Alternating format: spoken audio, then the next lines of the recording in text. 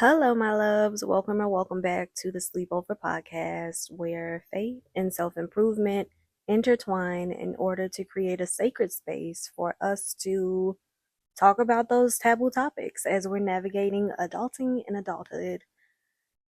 How are you, ladies? I hope you're well. I hope life is being kind to you. I hope life is working in your favor. How was your weekend?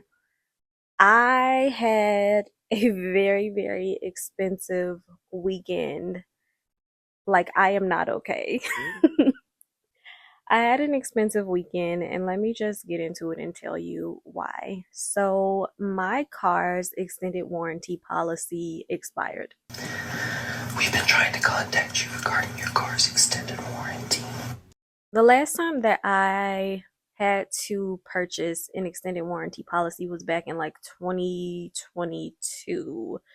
And I want to say it was like, I don't know, let's just say $1,100. I'm not sure of the actual price, but it was about that much. And so I went into it like, okay, it might be a little more expensive now because obviously everything has gone up. Everything's very expensive now, but also my car is even older now and the mileage on my car has gone up. So I'm thinking like, okay, might be a little expensive. I'm thinking it's still going to be like under $2,000. Like I was thinking maybe more so like 1,500 or something like that. So tell me why. I get to my bank and I'm talking to the lady, and this extended warranty policy is almost $3,000. And when I say almost, I mean pretty much $3,000. But obviously, like, I need it. I want it because, listen, I'm just a girl. So let me just try to break this down. As much as I know, the extended warranty helps if you say if your something goes out on your car. Like maybe you need a new transmitter. Is that what it's called? Oh, girl, I don't know. Maybe you need a new transmitter. Maybe you need brakes or something put on your car. So instead of like going to the mechanic and having to pay out of pocket, you pay a deductible. And that saves you some money instead of paying like $5,000 out of pocket if you need new brakes or brake lines or whatever the case may be. So it's good to have. And so it's almost $3,000. And I was not thinking I was going to be spending that much that day, but that's what it was. And to make matters worse, I was already having a bad week. I had corporate burnout. I was just burnt out from work, which caused my creativity to go missing. And I was anxious. And so I wasn't sleeping well because I was anxious and I was stressed out.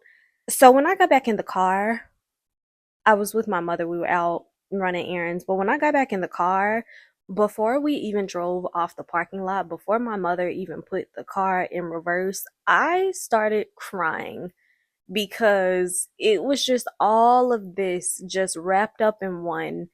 And I absolutely was not expecting to drop $3,000. Like I told y'all, I went into it thinking like, okay, at the most it'll probably be like 1,500. Cool. Came up with a plan already on how to like recover that and things like that. And I'm not sure if I was more so upset about the amount that I had to take out of my savings account, or if it was the simple fact that it feels like I was already on the road to hitting my savings goal for the end of the year, but now I have to take $3,000 out, and that's setting me back. My frustration came from feeling like as soon as I'm almost there, the goalpost is constantly being moved. Like as soon as I get close to hitting my goals or finally getting to a place where I'm comfortable, the goalpost is getting moved. And I feel like millennials especially can relate to this because story of our lives, right?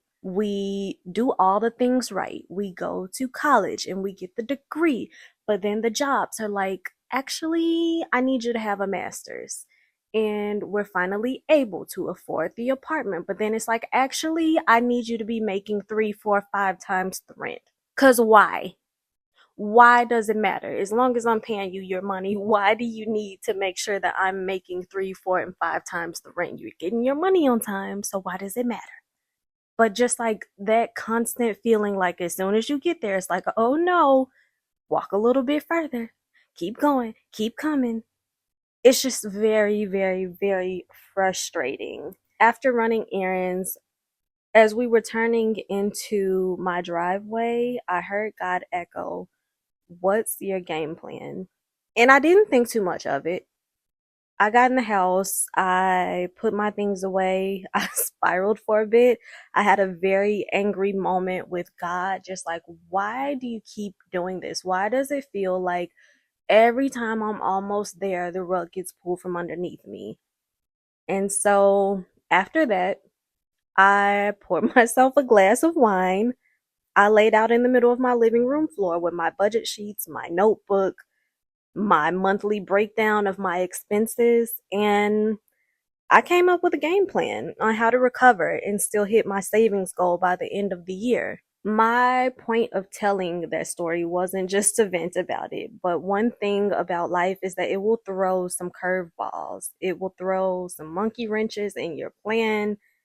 Life will grab you by your collar like it's your pimp and you owe it some money. But what's your game plan when setbacks and bumps in the road happen? Are you going to cry about it and expect your tears to solve your problems? Are you going to grab your vices and just avoid it? Or are you going to come up with a game plan? Are you going to recover?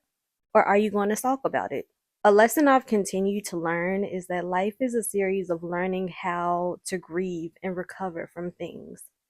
And if you stop crashing out when things go wrong or don't go your way, if you stop and take it all in and figure out what lessons or redirecting God is throwing your way, you'll notice you start to recover quicker than you used to.